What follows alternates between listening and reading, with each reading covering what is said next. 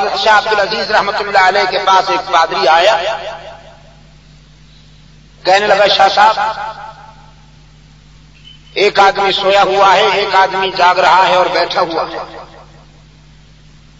راستہ کس سے پوچھے، سونے والے سے یا جاگنے والے سے؟ شاہ صاحب رحمۃ اللہ علیہ کو اللہ نے بڑی فراست دی تھی، سمجھ گئے کہ چکر چلا رہا ہے، کہنا یہ چاہتا ہے کہ تمہارا پیغمبر تو روضہ میں سوئے ہوئے ہیں اور بقول تمہارے ہمارا نبی بیٹھا ہوا ہے آسمان پر، تو پھر راستہ سونے والے سے پوچھیں یا جاگنے والے سے؟ اب کوئی عام آدمی ہوتا تو وہ فوراً کہہ دیتا بھائی سونے والے سے کیا پوچھنا ہے، جاگنے والے سے ہی پوچھو۔ لیکن حضرت شاہ عبد العزیز رحمۃ اللہ تعالی علیہ اللہ نے انہیں بڑی فراست بخشی، فرمانے لگے اگر صحیح راستہ چاہتے ہو تو تم بھی جاگنے والے کے ساتھ بیٹھ جاؤ، سونے والا جب اٹھے گا تو وہی راستہ بتائے گا، اگر جاگنے والے صاحب کو راستہ پتا ہوتا تو وہ بیٹھا نہ ہوتا، وہ بھی چل پڑتا، وہ بھی اسی کی رہنمائی کی انتظار کر رہا ہے، اسی کی رہنمائی میں وہ بھی چلے گا، تم بھی چلے گا۔ میرے عزیز دوست، قرآن کریم میں سیدہ مریم کی پاکیزگی اور پاک دامانی کا جو انداز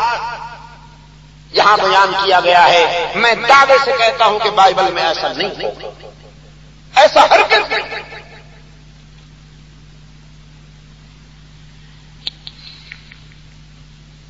اور پھر یہ پہلو بھی قابل غور ہے کہ حضرت مریم علیہ السلام پر جب